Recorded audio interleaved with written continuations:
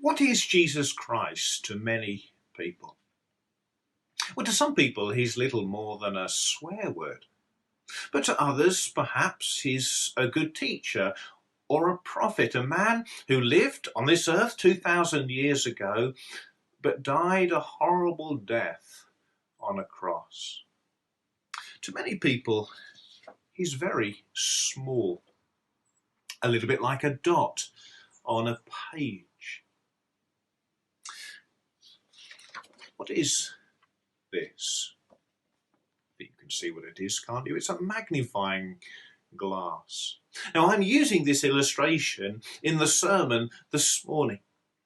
God calls his people to magnify Jesus Christ so that we make him look big.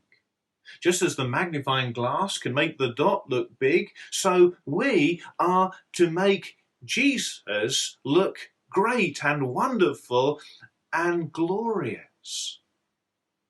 That said, I don't really like this illustration because it gives the impression that Jesus is small, like a dot on a page, when Jesus is really big. In fact, Jesus is more like an enormous star in the sky, only bigger still.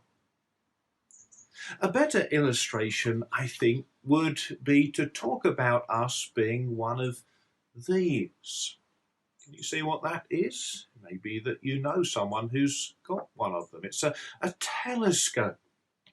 And a telescope brings what seems to us to be little stars in space into focus. By being a telescope, we can bring Jesus Christ into focus so that people can see that he's really big and wonderful and glorious. The question is, how do we do this? Well, I think there are two things that we can do. We can do this by making much of him in our lives, and secondly, by making the truth about him known. And that's what I want to do now. I want to make much of Jesus. I want to magnify Jesus. I want to bring Jesus into focus by reading to us from Colossians chapter 1, verses 15 to 20. Colossians chapter 1, verses 15 to 20. The Son, that is Jesus, is the image of the invisible God, the firstborn over all creation.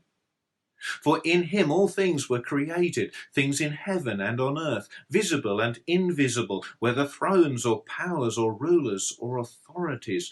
All things have been created through him and for him. He is before all things, and in him all things hold together. And he is the head of the body, the church, so that in everything he might have the supremacy. For God was pleased to have all his fullness dwell in him, and through him to reconcile to himself all things, whether things on earth or things in heaven, by making peace through his blood shed on the cross. Well, let's sing together again. O Lord our God, how majestic is your name.